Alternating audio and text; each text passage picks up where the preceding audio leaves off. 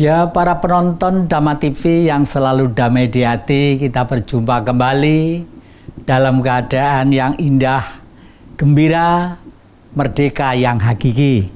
Sebagaimana biasanya sebelum acara ini dimulai, patut kita puji syukur ke Sang Maha Pemurah Pengasih lagi Penyayang yang telah menciptakan segala titah makhluk, baik yang kelihatan ataupun yang tidak kelihatan, baik yang lembut, yang gede banget, yang kecil banget, ataupun apapun bentuknya.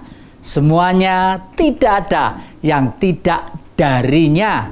Oleh karena itu, untuk merangkum itu semuanya, termasuk kepada priagung-priagung yang selalu mencermati Dhamma TV, kami ucapkan salam rahayu. Nah, para penonton Dhamma TV yang kami muliakan, sebelum ini kita berbincang-bincang, sebagaimana biasanya terpaksa kami sampaikan kepada dulur-dulur, rekan-rekan, sahabat-sahabat, memang kakek ini anak cucunya banyak ya, saudaranya banyak, mulai dari yang di tepi pantai sampai yang ke puncak gunung. Jadi kalau punya hajat itu pasti mengundang, sampai di rumah itu saya kumpulkan undangannya, saya baca dengan baik, saya teliti dengan baik, ini siapa ya, alamatnya di mana ya, kapan ya gitu. Tapi ya itu namanya si kakek itu ndak tahu ya, sejak muda itu di radio dan di televisi itu ndak pernah rampung. Kelihatannya kalau ditonton 1 jam, tapi persiapan backgroundnya segala macam penelitiannya itu boleh dikata 24 jam itu loh kurang. Jadi kalau anak cucu mengundang entah khitanan, entah mantu, entah hajat apapun, kakek atau kru Dhamma TV ini tidak bisa datang, ya maklum, mohon maaf sebesar-besarnya ya.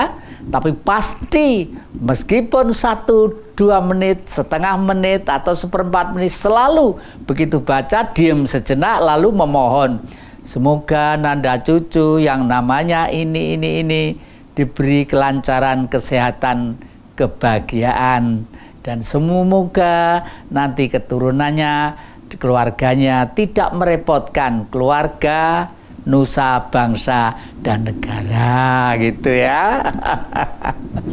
Para penonton Dhamma TV yang kami muliakan, bulan-bulan ini kelihatannya kakek ini merasa bergembira sekali karena ada sesuatu yang menurut kakek, menurut Ki Jati ini ada sesuatu yang istimewa. Misalnya ya, kemarin pada waktu peringatan Dharma Santi di Kabupaten Blitar, di Candi Penataran, waduh bukan main. Rasanya kakek itu pengen hidup 1000 tahun. Kenapa sampai begitu? Di samping di situ sangat kelihatan ya, di Blitar itu Candi Kawentar atau Blitar atau terkenal dengan istilah Candi Palah ya. Itu menurut sejarah, baik sejarah ini ribuan tahun yang lalu loh ya, sampai ratusan tahun, sampai era Mojopahit, itu ternyata di Blitar itu tempat penggembelengan manusia supaya manusia menjadi jargon. Menjadi jargon itu menjadi master, menjadi master itu menjadi jago. Jago untuk apa? Ya untuk berkokok. Yang dikokokkan apa? Ilmu pengetahuan, pemahaman, dan siar tentang kebenaran. Tujuannya pasti satu, tidak pernah untuk kemenangan pribadi, tidak pernah untuk kepentingan keluarga, tidak pernah untuk kepentingan kelompok dan golongan ya, pasti untuk kepentingan nusa bangsa dan kemanusiaan. Waduh, mendengar pidatonya Pak Bupati Blitar, Bapak Dr. Andes Rianto, MM ya, itu pidato 1 jam tuh pidatonya tuh humoris, akrab, tegas, jelas. Lah ini umpama saya itu punya pangkat yang tinggi, waduh, pengen saya tahu arek untuk tidak di Blitar aja, ganti ke wilayah yang lain biar bila perlu semakin tingkat, semakin tinggi. Kenapa? Memang karakter kepemimpinan itu akan mempengaruhi apa yang dipimpin. Nah, dulu kan pernah kita singgung ya, teori semuanya itu, teori leadership, kepemimpinan itu leadership ya. Teori kepemimpinan, teori memimpin itu sudah jelas ada dipaparkan di Mahabharata gitu ya. Ini beliau baru-baru ini budayawan dan seniman sangat diperhatikan. Dengan bentuk apa? Ya bentuk fasilitas, kesempatan, dan menunjang ya. Malah kalau nggak salah dengar ya, kemarin itu kalau nggak salah ini ke setiap kepala daerah itu kan ada dana taktis ya. Kalau belum berubah ya, dana taktis itu 10 juta. Dana taktis itu tidak akan dimintai pertanggungan jawab pada waktu laporan di akhir tahun pada DPRD, kalau di pusat pada DPR dan lain sebagainya. Dana taktis itu ada ya. Namanya saja dana taktis, terserah penggunaannya dari sang pemimpin itu untuk mendorong supaya yang dipimpin itu terpenuhi ketenangan, kemerdekaan, dan kedamaian batin. Terus di Kabupaten Blitar dibelikan gamelan pelok slendro, waduh, istimewa. Istimewa, waduh, pelok slendro kira-kira naga bagus banget gitu ya. Ya cocok dengan daerah Blitar. Daerahnya daerah, dan di Kabupaten Blitar dengan kota itu pasti tidak akan bisa terpisah. Bahkan Blitar itu sudah diramalkan oleh leluhur, Kediri dadi kali, Tulungagung dadi kedung, Blitar dadi latar. Artinya Blitar dadi latar itu tempat untuk latar itu kan tempat halaman yang luas ya, untuk berprestasi, berkreasi, sehingga kiprah dari rakyat Blitar nanti itu, kebetulan Blitar itu juga penggemar drama TV ternyata. Mulai dari Blingin Doko sampai Tulungagung Trenggalek sana itu, waduh, gemarnya matur nuwun. Oleh karena itu nggih, saya selingi sedikit nggih. Terima kasih kepada perusahaan-perusahaan, terima kasih kepada bapak-bapak sponsor yang kelebihan rezeki yang melewatkan reklamenya lewat Dama TV. Secara tidak langsung, bapak-bapak pengusaha yang menyempatkan penyisian dana promosinya lewat Dama TV ini, lain loh ya, maaf ya, tidak merendahkan TV yang lainnya, tapi ada nilai lebih, nilai plus. Apa nilainya plus? Dama TV tidak pernah menyiarkan sesuatu yang menyusahkan masyarakat. Dama TV tidak pernah mau mengeluarkan berita-berita hoak yang kira-kira tidak rasional dan tidak mendidik demi kepentingan manusia, bangsa atau negara secara umum. Nah, intinya ke sana. Oleh karena itu terima kasih. Nah, para penonton Dama TV yang kami muliakan, kemarin pada waktu di Blitar itu peringatan penutupan itu hari Nyepi ya. Pertama kali di suatu kecamatan di sana dari masyarakat situ diadakan pawai ogoh-ogoh. Ogoh-ogoh biasanya akan terkena di Bali.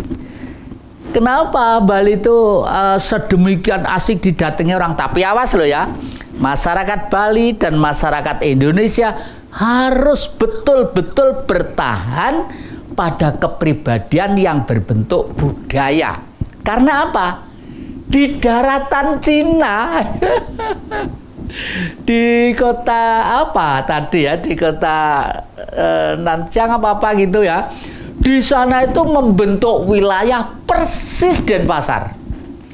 Persis Denpasar. Pagernya, patungnya, ukir-ukirannya persis. Lah, karena apa?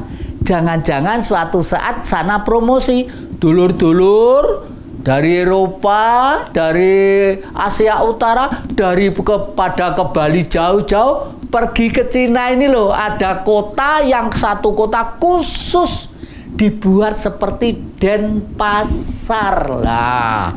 Ini loh. Makanya ya, kakek ini selalu berpakaian seperti ini anak-anak.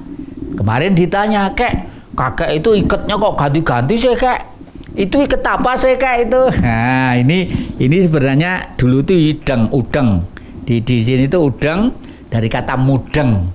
Mudeng itu jelas, gamblang. Ikat itu mengikat. Mengikat apa? Mengikat kepala. Kepala ini jangan sombong. Kepala ini jangan arogan. Kepala ini jangan sembrono. Karena semuanya otak yang akan dipengaruhi oleh panca indera. Ponco limo, indera itu daya tangkap. Mata gampang pengen ini, pengen macam-macam gitu ya. Ini telinga mendengarkan yang indah-indah, baik-baik dan lain sebagainya, pasti senang. Nah, kita buntu sampai telinga dulu ya. Nanti dilanjutkan. Jangan kemana-mana.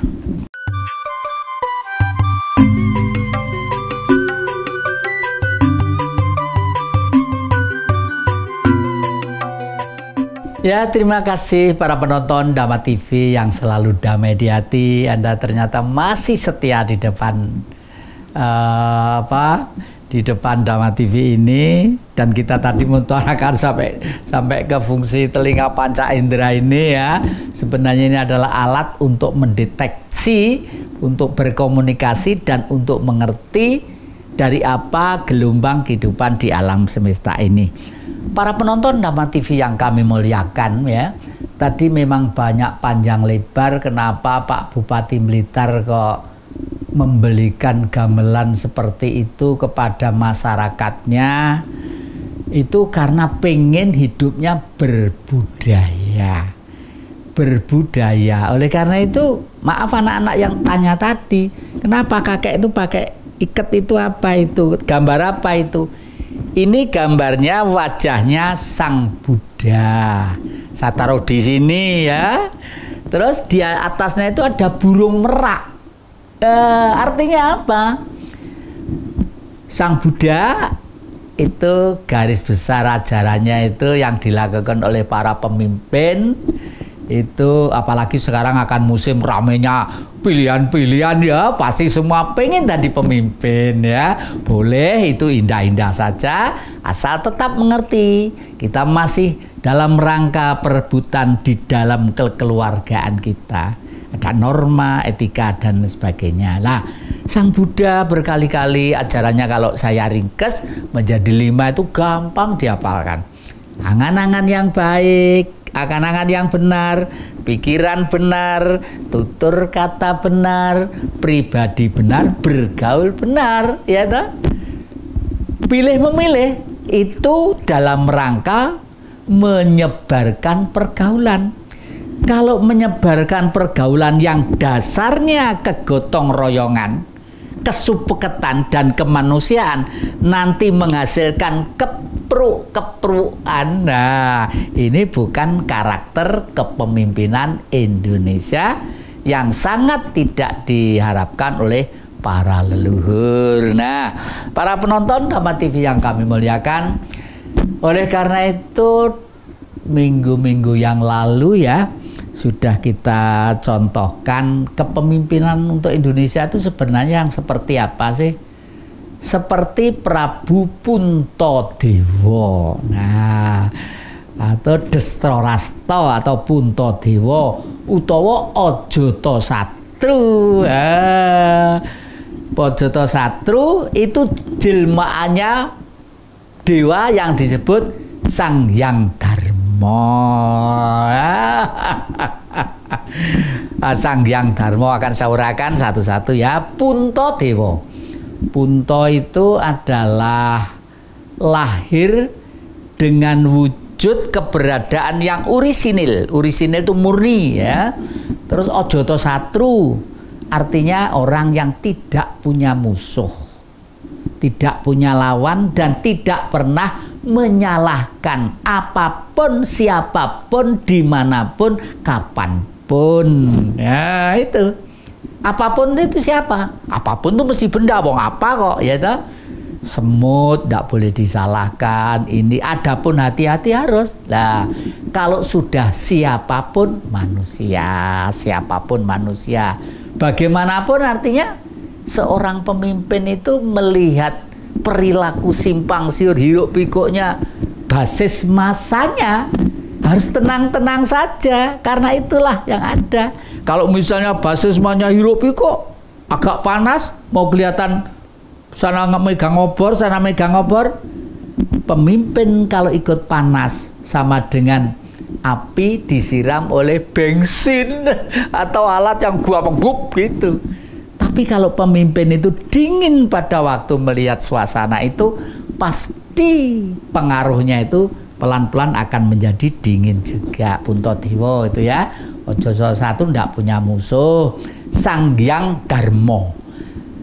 Darmo itu dari kata-kata dharma, dhamma, dharma, berbuat sesuatu yang tujuannya keluhuran, kedamaian dan kemapanan dalam alam semesta ini yang tidak pernah membeda-bedakan. Oleh karena itu kakek anak-anak selalu dalam permulaan ya, semoga Sang Maha Pemurah, Sang Maha Pencipta memberi rahmat karunia kebahagiaan kepada titahnya atau makhluknya, baik yang kelihatan ataupun yang tidak kelihatan, yang kecil besar, dimanapun, kapanpun, dan bagaimanapun, sesuai dengan hukum mereka masing-masing. Nah, kalau ini minggu-minggu yang lalu saya contohkan, kuncinya semua itu ada di mana? Ternyata dari tangan kita ini loh ya, yang kemarin itu loh. Kitab, maaf ya, kitab suci ini, kitab teles loh, kitab suci ini wong Jawa loh. Ana caraka Data Sawala padha jayanya maga bathanga. Ini kalau kita kupas dengan baik, di semula dengan bentuk nyanyian-nyanyian, bentuk apapun, waktu mulai anak-anak umur 5 tahun ke atas segala macam, nanti akan membentuk suatu kepribadian awal dari fondamen dasar menjadi pemimpin yang baik itu. Puntadewa itu dalam awalnya sudah seperti itu, sampai digambarkan dalam pewayangan. Kakinya kalau ini gedeboknya itu ya semua kelir keber wayang itu kan putih ini, terus ini ada hitam ya, itu artinya bumi. Semua itu kaki kalau dalang wayang kulit, kakinya terus nempel plek begini, nempel atau di bawahnya sedikit nggak apa-apa, tapi minimal tidak boleh rongga. Ini kalau rongga mungkin dalangnya kurang teliti, wayangnya kurang bagus karena mungkin cagaknya itu pegangnya terlalu tinggi, dincep ke angel. Nah, itu. Jadi tapi yang ngawang itu Puntadewa, ngawang itu tidak, kakinya itu delamaannya tidak nempel ke bumi. Artinya apa? Seorang pemimpin itu tidak boleh duniawi. Kalau saya membaca, mengikuti perkembangan kampanye akhir-akhir ini, sudah cukup lumayan ya, banyak kemajuan. Karena apa? Sudah tidak begitu banyak duit yang simpang siur ya. Karena apa? Ya memang duit digolai wangel, sulit. Yang kedua, mereka mungkin sudah mulai hati-hati.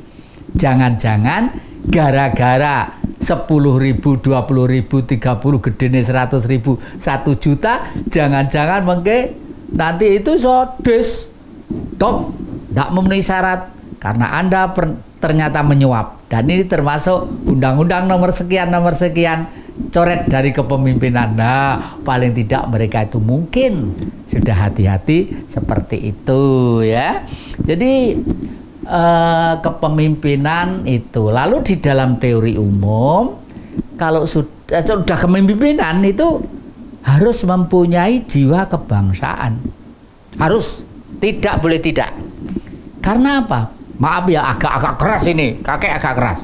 Kalau sudah menjadi cita-cita kepemimpinan, harus mempunyai cita-cita kebangsaan. Saya adalah bangsa Indonesia. Negara saya adalah negara Indonesia. Nenek moyang saya adalah nenek moyang Indonesia. Dan ternyata bangsa kita itu umurnya itu lama banget. Jutaan tahun negeri ini sudah berkembang dengan bagus. Duhatannya sekarang justru ditangkap oleh ilmuwan-ilmuwan luar negeri. Ternyata Pulau Jawa, umumnya Nusantara ini merupakan satu peradaban yang tua. Baik mulai laut itu belum meluas sampai tinggi ya. Dulu Kalimantan Jawa di sini jalan begitu nyabrang sebentar naik gitu sudah Kalimantan, mungkin sudah Banjarmasin atau mana ya itu. Tapi karena air bah itu, air banjir besar, akhirnya sekarang air itu tinggi sehingga sini Pulau Bali aja harus naik kapal ya loh, naik kapal. Nah, oleh karena itu kenapa kok pemimpin tadi harus berpikir bangsa? Karena yang diutamakan itu semua harus kepentingan bangsa, ya. Kepentingan bangsa digambarkan seperti Bratasena, Werkudara. Bangsa itu Bratasena itu mempunyai kekuatan. Kekuatannya di mana? Di kuku. Namanya kuku Pancanaka. Nah, Panca itu 5, No itu wujud, Ko itu sudah sejak dulunya. Sudah sejak dulunya bangsa ini mempunyai 5 karakter sebagai dasar pedoman hidup. Ya tadi itu ya, karakter angen-angen bener, pikiran bener, tutur kata bener, pribadi bener, bergaul bener.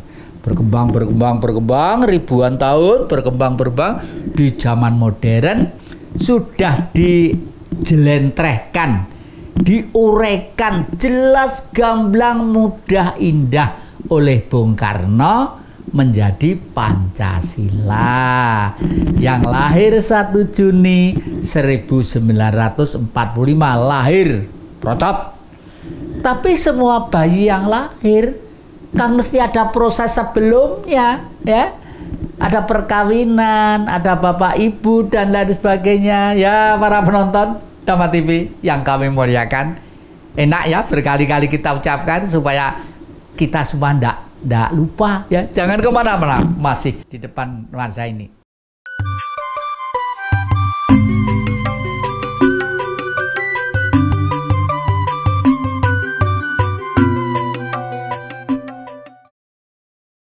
Ya, terima kasih Anda masih di depan jejak Ki Jati ini yang dalang ngobrol ke sana kemari. Tadi kebangsaan itu harus mempunyai sifat dari penduduk itu sendiri, warga negara, semua harus mempunyai sifat kebangsaan, digambarkan sebagai Bratasena. Brata itu karep, sena itu mewujudkan sesuatu keberanian demi kepentingan keutuhan negara, itu mutlak. Nah, lalu yang ketiga kemanusiaannya, lembut seperti Arjuna, seperti Permadi, seperti Janaka. Janaka lembut ya, geraknya lembut. Kalau di wayang Purwo itu yang main sebagai Arjuna itu malah justru putri. Kalau laki-laki agak kaku. Karena apa? Itu melambangkan kelembutan manusia Indonesia. Hatinya lembut, hatinya apa ya, bergaulnya bagus, ora gampang ngelek-ngelek golongan lain, ndak gampang menjelek-jelekan keyakinan lain, karena semuanya itu mempunyai sejarah perkembangan masing-masing. Tetapi kalau sudah bangsa negara dan ideologi negara yang menjadi alat perekatnya bangsa ini mulai disinggung-singgung, waduh, begitu nyeblak, plek, sampur gitu ya, sampurnya nyeblak, tak gitu, golong komeng bangsanya raksasa ini. Dan pernah dibuktikan dalam perjuangan. Kalau dipikir 17 Agustus anak-anak memiliki apa kita, ya? 17 Agustus hanya memiliki keberanian, bambu runcing jadi petil melaku, walu melaku, sayuk sayap saiko proyo, guyup rukun maju bareng, merdeka, merdeka, merdeka. Lah wis ngono aja macam-macam, tank pun ndak pernah takut gitu lah ya. Nah, oleh karena itu setelah manusia seperti itu, negara ditata dengan baik. Penataannya apa? Dengan demokrasi, tujuannya untuk rakyat enak. Demokrasinya itu digambarkan seperti Nakula, terus rakyatnya, keadilan sosialnya seperti Sadewa. Nakula Sadewa itu kembar, ya. Kakek juga punya cucu kembar, ganteng-ganteng kayak Nakula Sadewa, ya. Tujuannya demokrasi, tujuannya pemilihan umum, tujuannya memilih tokoh-tokoh untuk mengisi kursi di Jakarta sana. Tujuannya apa? Supaya rakyat iki lho wareg, uripe tentrem, ayem, ora kakean pertengsing. Lek hirup pikuk kesana wis sangka sing mahal-mahal, sing ngisor tawuran terus mergo padha salah pengertian, rakyate saya hidupe miskin, berarti ada sesuatu yang keliru. Nah, ini loh ya. Jadi Puntadewa tadi itu baiknya ada, pasti negatifnya juga ada. Loh katanya setengah dewa kok negatif. Selama menjadi sosok hidup yang mempunyai grenjet, ya, mempunyai karep, pasti mempunyai titik kelemahan.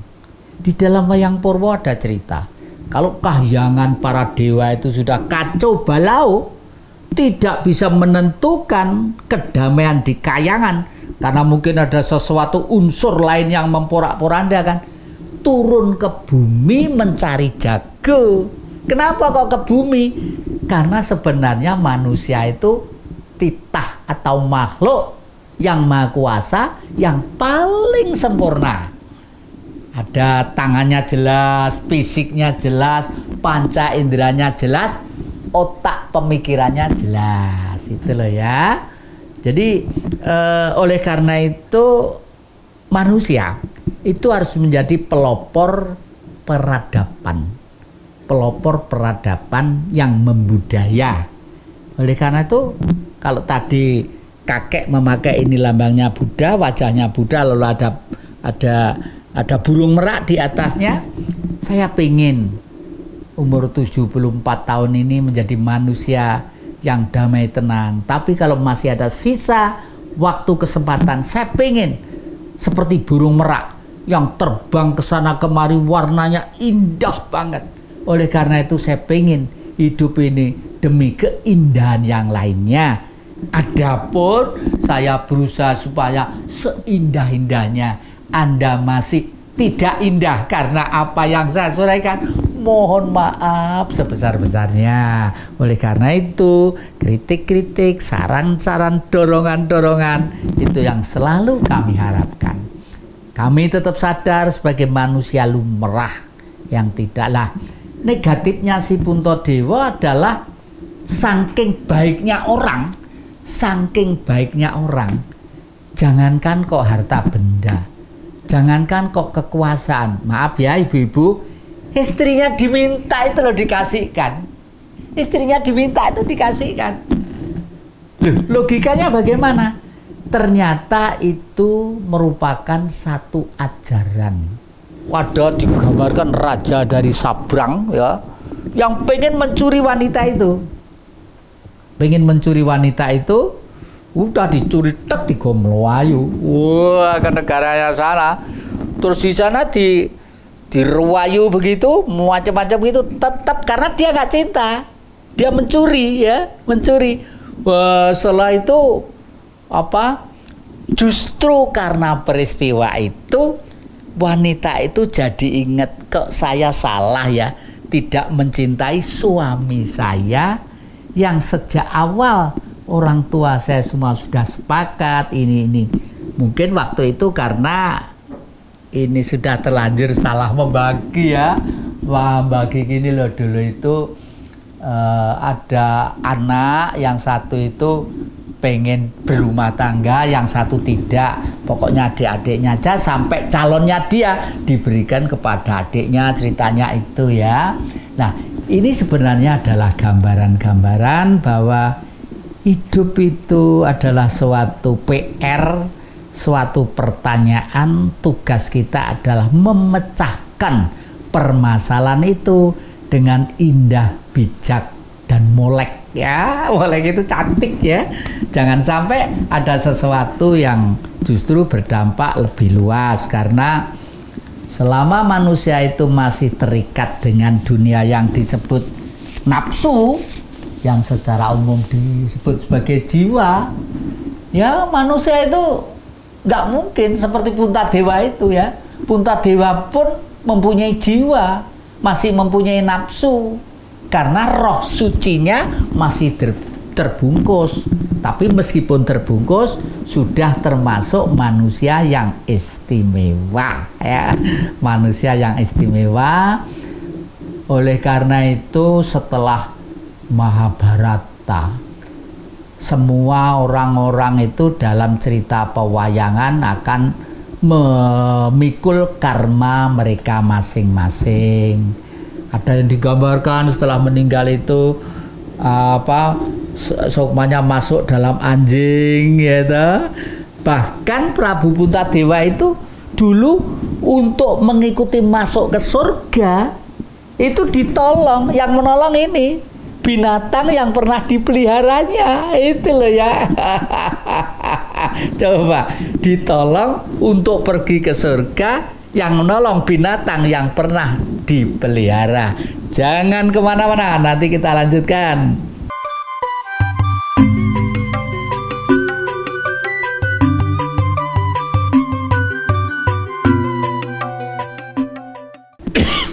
Terima kasih para penonton Dhamma TV yang kami muliakan.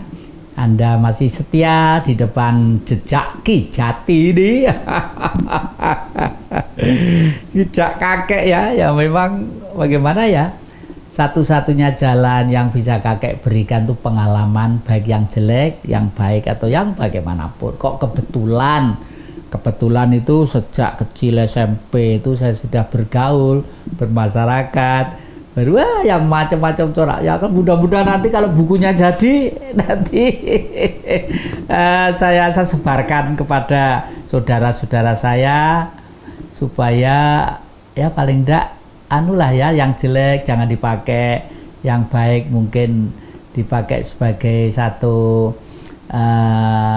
pedoman. Oh ternyata gini ya gitu, kalau itu dianggap baik. Nah, para penonton Dhamma TV yang kami muliakan, tadi sudah jelas bahwa karakter pemimpin itu memang harus seperti Puntadewa ya. Karena pemimpin sudah harus menguasai secara leadership organisasi apa yang dipimpin. Organisasi partai kayak, ormas kayak, rukun kematian kayak, koperasi kayak, negara kayak. Nah itu, kalau yang dipimpin rukun kematian ya, yang dimanage kepemimpinannya, pikirannya dicurahkan pada masalah kerukunan, tentang rukun kematian tadi itu. Kalau koperasi, ini kemarin kami banyak berdebat tentang koperasi di saat ini. Bahkan kemarin malam di daerah Mojokerto kami rapat pertemuan dengan orang-orang Blitar, Kediri, Jakarta, Bali, Bandung, berbicara masalah pentingnya koperasi ya. Bahkan mereka sudah ini juga berangkat untuk niat ingsun ya, menaruh modal dalam koperasi itu untuk diadakan perekonomian gotong royong, barter, sistem barter. Nah, sepintas lalu benar juga, karena nuansa politik di negara saat ini kondisinya, kalau menurut hemat saya, kondisi liberal yang kapitalistis, belum Pancasila, bahkan tidak Pancasila, kondisi yang liberal kapitalistis. Liberal itu dalam keadaan bebas, orang bebas untuk menentukan aku sugih terserah, ini terserah, itu nggak ada yang melarang, nggak ada undang-undang yang menghalangi. Bahkan retorika politik didorong ke sana ya, suaranya gitu hampir semua. Tetapi ini dalam bentuk kebebasan yang liberalistis. Liberal itu kalau dibebaskan, lama-lama ya manusia itu semakin cenderung lupa pada fungsinya sebagai manusia, dan karakter itu sama sekali tidak cocok untuk Indonesia.